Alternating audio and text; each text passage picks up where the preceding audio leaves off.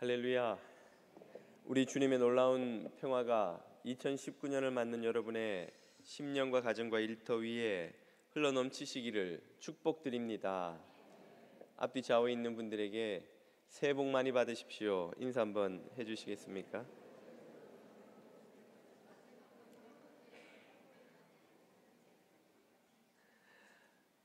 오늘 우리에게 주시는 하나님의 말씀은 마태복음 28장 16절에서 20절까지의 말씀입니다.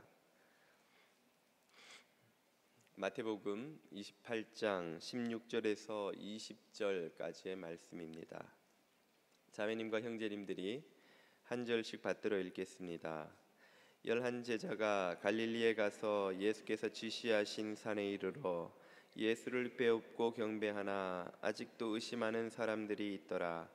예수께서 나와 말씀하여 이르시되 하늘과 땅의 모든 권세를 내게 주셨으니 그러므로 너희는 가서 모든 민족을 제자로 삼아 아버지와 아들과 성령의 이름으로 세례를 베풀고 내가 너희에게 분부한 모든 것을 가르쳐 지키게 하라. 볼지어다 내가 세상 끝날까지 너희와 항상 함께 있으리라 하시니라. 아멘. 제자입니까? 라는 책의 저자 후안 까를리스 아르티즈라는 아르헨티나 목사가 수도 부에노스아이레스의 한 교회에 부임하였습니다. 그는 한 200여 명이 채 안 되던 그 교인들을 2년 동안 아주 극성스러운 전도와 행사, 프로그램, 또 교회 행정 시스템의 개혁으로 600명으로 성장시켰습니다.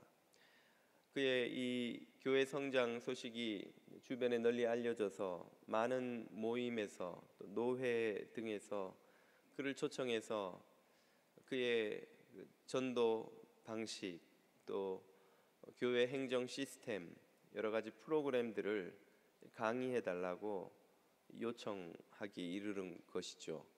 그는 인기 강사가 되어 이곳저곳을 다니며 집회를 인도하고 그 교회의 시스템, 전도 프로그램 등을 가르치곤 했었는데요. 사역이 바쁠 때는 몰랐지만 집에서 쉬고 있으려면 저녁에 모든 일을 마치고 집에 들어와 하루 일과를 마감하려면 왠지 모르는 밀려드는 공허감과 뭔가가 잘못되어 가고 있다는 그 불안감을 떨칠 수가 없었습니다. 그래서 그는 2주간의 휴가를 내고 우리로 치자면 기도원 같은 곳을 찾아가서 기도와 묵상의 시간을 전념하며 갖기 시작했습니다. 그 시간 동안 성령님께서 그의 마음 속에 그의 눈을 열어서 보여주시고 또 꾸짖는 목소리를 들려주신 것이죠. 그가 들은 음성은 이런 것이었습니다. 후안, 너는 코카콜라 회사가 콜라를 팔듯이 내 복음을 팔고 있다. 너희 교회는 200명의 갓난아기가 600명으로 늘어난 것일 뿐이다. 너희 교회는 성장한 것이 아니라 살이 찐 것이다. 그가 숫자에 대한 집착을 내려놓고 교회를 차분히 돌아보기 시작하자 성령님의 이 꾸지람이 옳았다는 것을 깨닫게 되었습니다. 그의 교회는 600명의 갓난아기로 가득했다는 것을 그가 차례로 여러 가지 증거를 통해 발견할 수 있었다는 말이죠. 첫째는 그들이 드리는 천편일률적인 기도입니다. 하나같이 교인들은 달라고 더 채워달라고 간구하는 기도를 소리 높여 드리고 있었습니다. 갓난아기는 당연히 부모에게 먹을 것을 이것저것 달라고 떼를 쓰기 마련이지만 시간이 지나면 아이가 되고 소년이 되고 성인이 되어서 달라고 하는 자리에서 이제는 주고 베푸는 자리로 나아가기 마련인데 그 교회 교인들은 예나 지금이나 너나 할 것 없이 한결같이 더 달라는 기도만 계속하고 있는 것이 그 첫째 증거였습니다.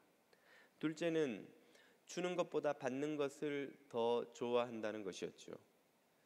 그들은 하나님 나라와 교회를 어떻게 섬길까 하는 고민보다 어떻게 하나님에게 복을 더 받을까, 어떻게 교회에서 더 많은 위로와 필요를 채움받을까 하는 것만 늘 생각하고 있었다는 말이죠.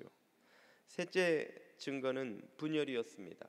교회는 교파로, 교파는 교단으로, 교단은 개교회로, 교회마다 교인들끼리 이런저런 갈등으로 계속해서 분열하고 있다는 것이 그들이 여전히 갓난아기라는 증거였습니다.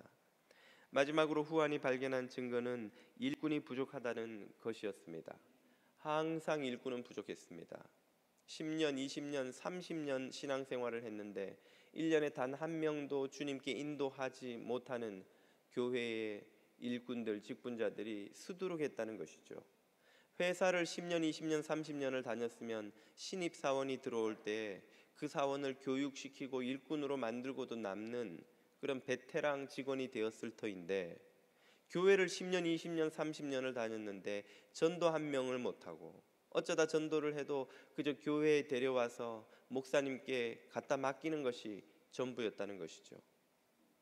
그들이 직접 그들을 가르치고 양육해서 마치 선배 직원이 신입사원을 양육하고 교육시키듯이 왜 교회는 10년, 20년, 30년을 다닌 교인들이 새 가족 한 사람을 제대로 지도하지 못하느냐는 것이죠.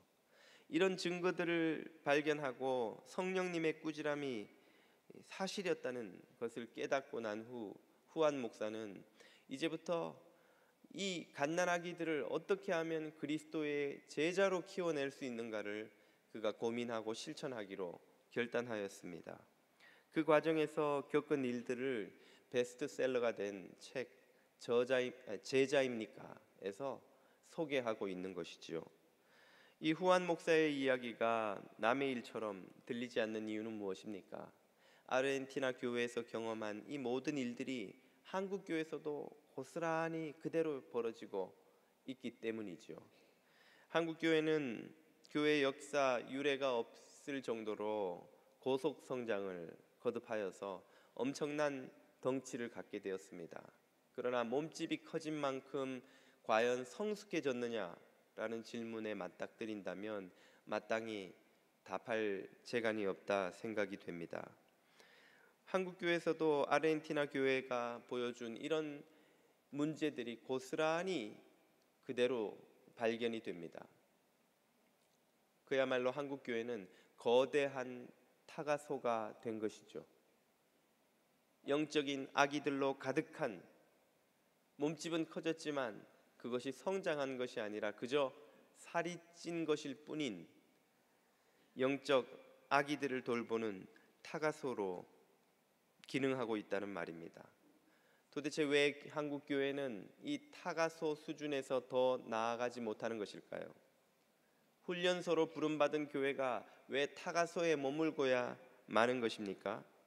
그 이유를 저는 한국 교회가 경험해온 복음의 왜곡 때문이라고 생각합니다. 왜곡이라 함은 사실을 더하거나 빼거나 바꾸어 전달함으로써 진실을 가리는 것이라고 할 수 있겠죠. 한국 교회가 복음을 전함에 있어서 그 복음을 있는 그대로 다 전하지 못하고 그것을 축소하거나 왜곡하여서 성도들이 온전히 복음을 이해하지 못했다는 말입니다. 흔히 우리가 마태, 마가, 누가, 요한 이 네 개의 책을 사복음서라고 부릅니다. 사복음서라는 말은 최소 복음이 무엇인지 알려면 이 네 개의 책이라도 알아야 된다는 이야기예요. 이 네 개의 책이 복음이 무엇인지 우리에게 알려주고 있다는 이야기인데 66권은 고사하고 이 네 개의 복음서조차도 우리는 제대로 모른 채, 네 개의 복음서도 다 읽어보지 못한 채 복음을 알고 믿고 있다고 생각하는 그리스도인들이 많다는 말입니다. 한국 교회는 이 복음을 전하기 쉽게 전달하기 위해서 내용을 대폭 축소했습니다. 그 과정에서 복음이 요구하는 믿음이라는 것이 전인격적인 삶의 변화 없이 그저 입술로 하는 몇 마디의 고백이면 충분하다는 식의 오해를 만들어냈던 것입니다. 그래서 예수를 믿는다고 말은 하는데 삶의 변화는 없는 그리스도인, 일요일에는 거룩해 보이는데 평일에는 세속적인 그리스도인, 열심히 봉사도 하고 종교적 생활을 하는데 자신의 욕심과 이기심으로 똘똘 뭉친 그리스도인이라고 불리는 이름뿐인 그리스도인들을 많이 양산해 냈던 것이죠. 예수님은 복음서에서 교회 안에 알곡과 가라지가 있고 마지막 때에 양과 염소로 나뉘게 될 것이라는 엄중한 두려운 말씀을 우리에게 주셨죠. 이 말씀을 우리에게 적용시켜 보자면 정말 두렵고 떨리지 않을 수가 없습니다. 여러분이 양이라고 확신하시는지요? 마지막 때에 주님으로부터 알곡이라고 인정받으리라 확신하시는지요? 한국교회가 회복해야 할 메시지가 있다면 무엇일까요? 그것을 저는 잊혀진 제자도라고 부르겠습니다. 제자도, 제자의 길을 복음은 분명히 선언하고 계시는데 우리는 그것을 잊어버렸다는 거예요. 복음은 제자도를 가르치는데 한국교회는 제자도를 가르치지 않고 있다는 것이죠. 이 사실을 오늘 본문 말씀이 우리에게 일깨워 줍니다. 오늘 본문은 예수님의 지상 대명령, 마지막 당부이자 명령이었죠. 18절 말씀을 보십시오. 예수께서 나와 말씀하여 이르시되 하늘과 땅의 모든 권세를 내게 주셨으니, 이제 예수님께서 하시고자 하는 말씀, 주시는 명령은 무엇을 가지고 하시는 것입니까? 하늘의 권세, 땅의 권세를 모두 가지시고 하시는 명령이라는 말이에요. 이 권세란 무엇입니까? 힘입니다. 그것은 타인을 강제할 수 있는 힘, 능력이죠. 미국에서 운전하다가 폴리스에게 잡히면 어떻게 해야 됩니까? 시키는 대로 해야 돼요. 폴리스가 서라면 서야 되고, 손을 핸들에 올리라면 올려야 되고, 나오라면 나와야 되고, 걸어보라면 걸어봐야 되고, 기다리라면 기다려야 돼요. 한국에서 하듯이 경찰하고 삿대질을 하다가 마침내 멱살을 잡고 너 몇 살이냐고 소리 지르고 있다가는 운이 좋아도 제일 가거나 아니면 눈앞에 총이 나타나는 무서운 상황을 마주하게 될 겁니다. 일개 타운의 경찰도 엄청난 권세를 가지고 있어요. 일개 타운의 경찰 말의 한마디 한마디도 우리가 거역하지 못합니다. 왜냐하면 그는 권세를 가지고 있기 때문이죠. 경찰 제복과 그 경찰이라는 자리가 가지고 있는 권세가 우리를 그렇게 통제할 수 있는 힘이 있는 거예요. 하물며 하늘과 땅의 모든 권세를 가지신 주님께서 그 권세로 하시는 명령이라면 그것이 얼마나 엄중하고 막중한 명령이겠습니까? 얼마나 거역할 수 없는 큰 권위를 가진 명령이겠냐는 것이죠. 그런 권위를 가진 명령이 무엇입니까? 19절을 보십시오. 그러므로, 이 말은 이 권세를 가지고 내가 말함으로, 이 말이에요. 이런 권세로 너에게 지금 명령하는데 너희는 가서 모든 민족을 제자로 삼아 아버지와 아들과 성령의 이름으로 세례를 베풀어라. 그 큰 권세를 가지고 예수님이 우리에게 명하신 거역할 수 없는 명령이 무엇이냐면 제자를 삼으라는 것입니다. 제자를 삼으라. 그러므로 교회의 가장 막중한 사명이 있다면 그것은 바로 제자 삼는 것이죠. 그런데 한국교회를 비롯한 수많은 현대교회들이 이 제자 삼으라는 명령을 잊어버리고 무시하고 사람들을 제자로 삼지 않습니다. 교회가 하는 일은 무엇입니까? 교인들을 모으는 것이죠. 한 사람이라도 더 교회 안에 들어와서 교인, 기독교인이라는 타이틀을 갖고 교회를 드나들게 만드는 것입니다. 가장 성공적인 사역을 했다고 평가받는 교회 목사는 최대한 짧은 시간 내에 더 많은 사람들을 교인으로 등록시켜서 이 교회를 채우는 것이 되었습니다. 어느 나라 어느 교회 할 것 없이 그런 교회가 성공한 교회요, 성공한 목사가 되었습니다. 그래서 사람들을 어떻게 하면 교회로 더 많이 빠른 시간 내에 쉽게 데리고 올까를 고민하고 노력한 끝에 사람들의 기호에 맞는 메시지를 개발해냅니다. 사람들이 듣고 싶어하는 메시지를 전합니다. 사람들이 편안한 프로그램들을 만들어냅니다. 사람들이 교회에 더 쉽게 올 수 있도록 사람들의 져야 될 온갖 부담들을 다 제거해 줍니다. 최고의 시스템을 갖추고 좋은 난방과 히링, 쿨링 시스템을 갖추고 최고의 멀티미디어, 조명, 찬양대, 온갖 좋은 것들을 마련해서 사람들이 교회에 와서 이 교회에 등록해서 멤버십을 가지는 것이 프라우드하게 느끼도록, 뭔가 내가 괜찮은 그룹에 속했다는 소속감을 느끼도록 만들어줍니다. 그리고 예배 시간에는 그들이 기분 좋게 해줄 메시지들을 골라서 전해주죠. 모든 것이 잘 될 겁니다. 긍정적 믿음을 가지십시오. 성공할 겁니다. 하나님이 복 주십니다. 하나님이 여러분 필요를 다 채워주십니다. 듣기 좋은 이야기들만 들려줍니다. 그 과정에서 예수님의 제자 만들라는 명령은 실종되고야 맙니다. 제자가 되는 것은 교회에 등록한다고 되는 것이 아닙니다. 종교란에 기독교인이라고 적는다고 되는 것이 아닙니다. 제자가 되는 길은 무엇입니까? 20절이 이렇게 말해주죠. 내가 너희에게 분부한 모든 것을 가르쳐 지키게 하라. 볼지어다 내가 세상 끝날까지 너희와 항상 함께 있으리라 하시니라. 여기 제자가 되는 길이 나옵니다.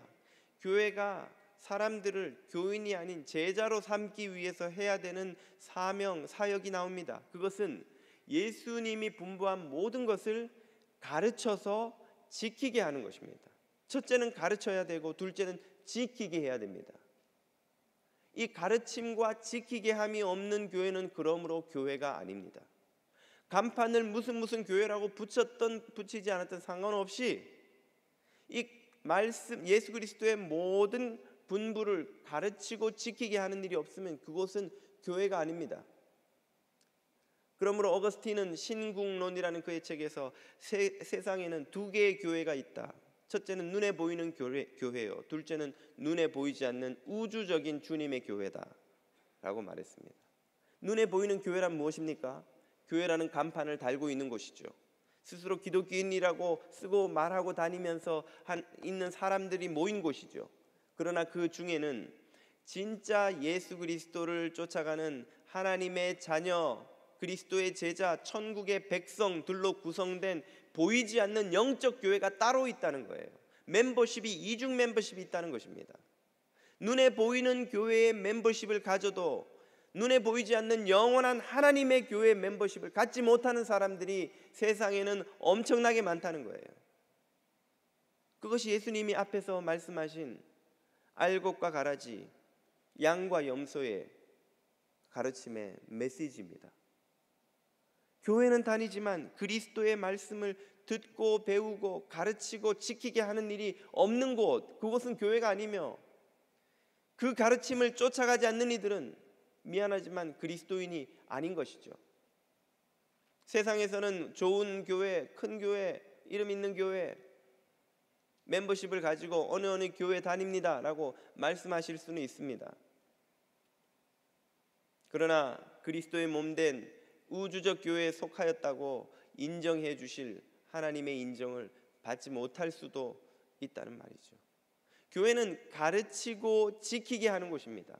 교회할 때 교자가 무슨 교자입니까? 가르칠 교자예요. 교육하다 할 때 그 교자예요. 교회는 무엇을 가르치는 곳입니까? 예수님의 모든 말씀을 가르치는 곳이에요.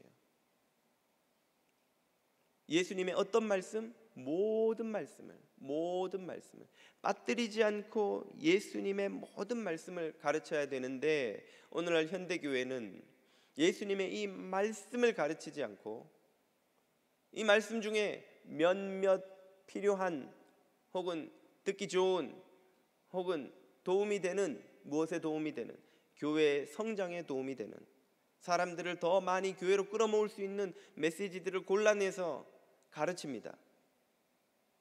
교인들이 너무 부담을 크게 느끼지 않도록 몇몇 가지만 요구합니다. 그래서 교인들도 마음이 편하고 교회도 빨리 성장하고 윈윈 하는 길을 찾는 것이죠. 그 과정에서 예수 그리스도께서 가르치신 모든 분부는 상당 부분 실종되고야 맙니다. 66권은 고사하고 이미 말씀드렸듯이 사복음서조차도 우리가 꼼꼼히 읽으며 들으며 주님의 가르침으로 가슴에 새기고 우리의 삶을 바꾸어 순종하고자 하는 결단을 우리는 하지 않으면서도 기독교인이라 자부하고 교회라고 우리는 믿고 있는 것이죠. 양육과 훈련은 제자도의 핵심입니다. 후안 목사는 앞에서 소개했던 그 책에서 말하기를 그리스도의 제자는 태어나는 것이 아니라 만들어지는 것이다 라고 말합니다. 어느 날 갑자기 사형리를 읽고 믿기로 결정하자 마음먹고 고백한다고 그 사람이 그리스도의 제자가 되는 것이 아니라 말이죠.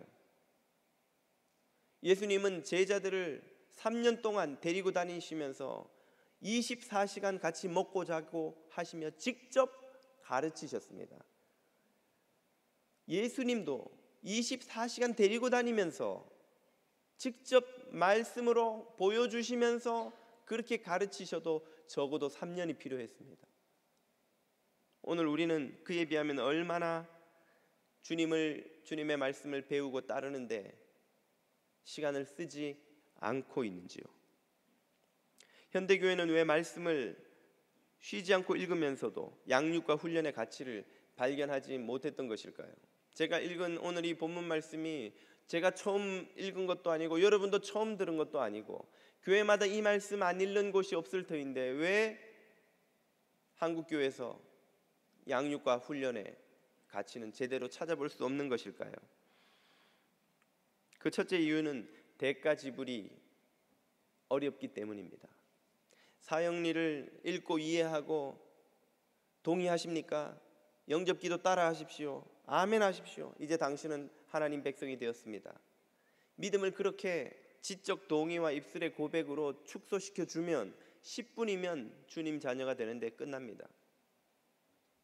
그러나 제자도의 길은 10분이 아니라 10년이 걸려도 다 완성되는 것이 아닙니다.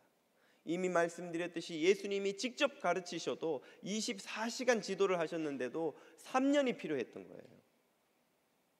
하물며 우리는 일주일에 1시간 주일 예배 드리는 것만으로 주님의 말씀을 듣고 배우고 깨닫고 순종하는 삶을 산다고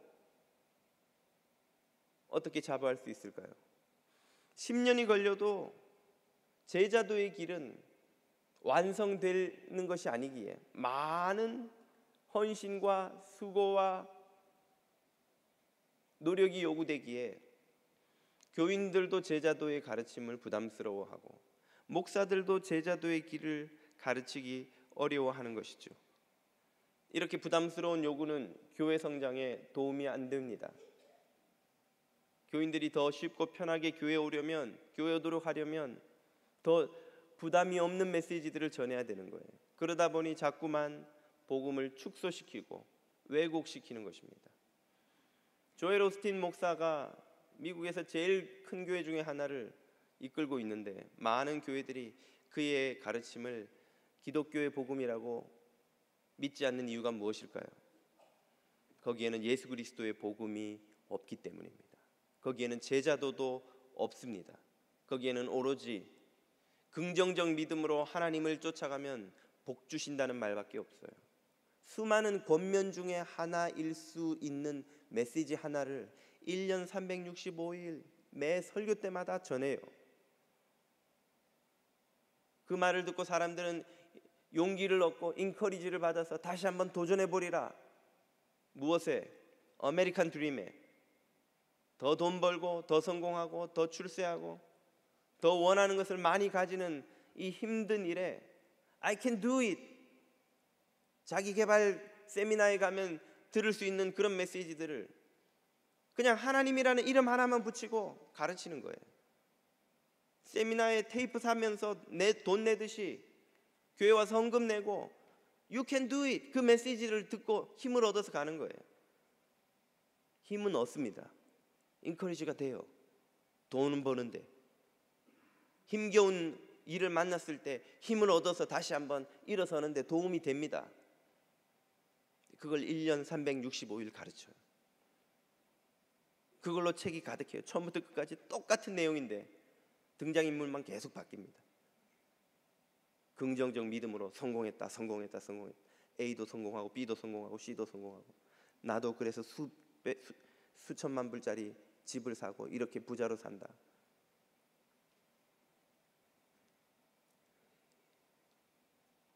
예수님을 따르는 길은 그런 성공을 보장받는 길이 아닙니다.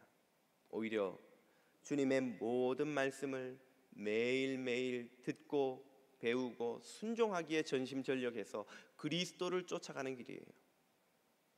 예수님의 제자들이 바라보는 것은 저 높은 아메리칸 드림의 꼭대기가 아니라 골고다 언덕입니다. 그렇기 때문에 이런 메시지는 목사도 교인들도 좋아하지 않는 거예요. 목사도 전하기가 부담스럽고 교인들도 듣기가 부담스럽고, 그래서 서로 모른 척해도 문제 삼지 않는 침묵의 카르텔을 형성하는 것입니다. 성경을 읽을 때도 그 부분은 빨리 읽고 넘어가거나 깊이 생각하지 않거나 진지하게 받아들이지 않는 것이죠. 우리가 새벽 기도 때 매일 성경을 통해서 매일매일 성경을 읽어 나가는 것이 그런 점에서 얼마나 도움이 되는지 모르겠습니다. 우리가 좋으나 싫으나 성경을 빠뜨리지 않고 읽을 수밖에 없어요. 선지서를 읽으면 다들 하는 말이 어제도 심판, 어제는 에돔의 심판, 오늘은 애굽의 심판, 내일은 바벨론 심판, 모레는 바사의 심판, 계속 심판. 그냥 나더러 읽으라면 그 많은 심판의 이야기들을 매일 읽고 싶은 사람이 누가 있겠습니까? 그러나 매일매일 정해진 본문을 읽고 묵상하지 않으면 안 되는 이 진도를 쫓아가다 보면 좋으나 싫으나 그 말씀을 읽어야 되는 거예요. 그리고 그 말씀은 우리에게 필요하기 때문에 주님이 거기에 두신 것인 줄 믿습니다. 우리가 양육과 훈련의 가치를 잃어버리게 된 두 번째 이유는 우리들의 교만 때문입니다. 현대인들은 한마디로 정의하자면 자존하는 존재, 스스로 완성된 존재라고 할 수 있겠습니다. 근대의 문을 닫고 현대의 문을 연 철학자라는 인정을 받는 니체는 그의 책 자라투스트라는 이렇게 말했다 해서 소위 초인 사상이라는 것을 설파합니다. 초인 사상에 대한 설명이 길지만 한마디로 요약하자면 초인이란 더 이상 신의 도움을 필요로 하지 않고 스스로 설 수 있는 존재라는 말이에요. 다시 말하면 신이 주시는 도덕과 가치와 윤리의 기준을 더 이상 듣지 않아도 인간 스스로가 무엇이 옳고 그른지를 스스로 판단해서 결정하고 살아갈 수 있는 존재라는 말이에요. 신이 필요가 없어진 거예요. 내가 신이 되는 겁니다. 내 판단이 하나님의 판단이 되는 거예요. 자존하신 하나님을 의존하던 피조물에서 스스로 존재하는 존재로 바뀐 것입니다.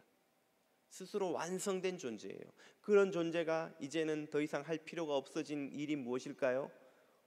배울 필요가 없는 것이죠. 들을 필요가 없는 것이죠. 내 판단이 제일 옳은데 누구 말을 들어요? 내가 제일 잘하는데 누구한테 배워요? 심지어 그 대상이 신이라 할지라도 배울 필요가 없는 것이죠. 오늘날 현대인들은 자신이 신이 된 삶을 살아갑니다. 자기가 완성된 존재라고 믿어요. 그렇기 때문에 그 누구로부터도 배우지 않습니다. 이제는 예수님으로부터도 배우지 않는 예수님의 제자라고 말하는 사람들이 출현하게 되는 거예요. 이런 현상들은 교회가 마귀에게 성공적으로 속아 넘어갔음을 보여주는 것입니다. C.S. 루이스의 스크루테이프의 편지라는 책을 보면 마귀 스크루테이프가 그의 조카 워무드라는 초보 마귀에게 지도하는 장면이 나와요. 어떻게 그리스도인들을 타락하게 만들 것인가? 스크루테이프가 말하기를 네가 맡은 그리스도인들이 교회에 출석하게 하고 봉사하게 하고 헌금하게 하고 심지어 더 충성스럽게 교회를 섬기도록 격려하라는 거예요. 다만 그렇게 하되 그가 두려운 마음으로 하나님의 말씀을 읽으며 자신의 삶을 돌이켜보고 고칠 마음만 먹지 못하도록 바쁘게 그를 교회 생활로 돌리라고 지도합니다. 그리고 스크루테이프의 전략은 성공적으로 현대교회에 먹혀들고 있죠. 우리는 열심히 봉사도 하고 교회 생활을 하고 직분을 받고 정신없이 다니지만 정작 주님의 말씀을 두려운 마음으로 들으며 그 말씀 앞에 무릎 꿇는 일을, 그 말씀 앞에 내 삶을 돌이켜 고치는 일을 거의 하지 않아도 되는 그리스도인이 되었습니다. 보네포 목사는 그의 책 제자도에서 말하기를, 제자로서의 값지불이 없는 복음은 십자가의 은혜를 값싼 은혜로 만드는 죄악이라고 꼬집었습니다. 무슨 말입니까? 헤아릴 수 없는 거저 주신 은혜로 구원받은 자는 그가 그 은혜를 거저 받은 것이라 믿는 것이 확실하다면 그 부르신 이의 부름에 응답하여 제자의 삶을 살지 않을 수 없다는 거예요. 그 제자로서의 삶에 값지불이 없는 이는 그 은혜가 거저 주신 감당할 수 없는 은혜라는 사실을 믿지 않는다는 사실을 꼬집는 것입니다. 우리가 은혜로 구원받은 자라고 믿는다면 그 은혜를 베풀어 주신 분의 이 거역할 수 없는 엄중한 부르심에 응답하지 않을 수 없다는 말입니다. 그렇기 때문에 2019년 올 한 해의 표어는 분부한 모든 것을 가르쳐 지키게 하라입니다. 주님이 우리에게 거역할 수 없는 권위로 명하셨기 때문입니다. 제자로 부르신 주님께서 제자들을 제자 삼으신 방법이요, 오늘날 교회에게 또 다른 모든 민족을 제자로 삼는 방법이라 가르쳐 주신 방법이 바로 이것이기 때문입니다. 우리가 예수님의 말씀하신 모든 것을 가르치기 위해, 또 배우고 순종하기 위해 우리는 1대1도 하고 커피 브레이크도 하고 성경적 재정교실도 하고 부부 행복학교도 하고 T성경 공부도 하는 것이죠. 이런 과정들을 통해서 우리가 얻고자 하는 바는 무엇입니까? 조금이라도 더, 어제보다 오늘 한 걸음 더 예수 그리스도의 말씀을 듣고 배우고 순종하여서 주님의 제자로 살고자 하는 것이죠. 거역할 수 없는 부르심으로 우리를 부르신 그 주님 앞에 응답하고자 하는 것이죠. 여러분은 주님의 부름을 받은 제자입니까? 그 부르심에 응답한 제자입니까? 아니면 세상 풍조에 이리저리 파도치듯 밀려다니는 무리인가요? 저와 여러분이 주님의 제자로 부름받아 응답하는 주의 자녀들이 다 될 수 있기를 축복드립니다. 기도드리겠습니다.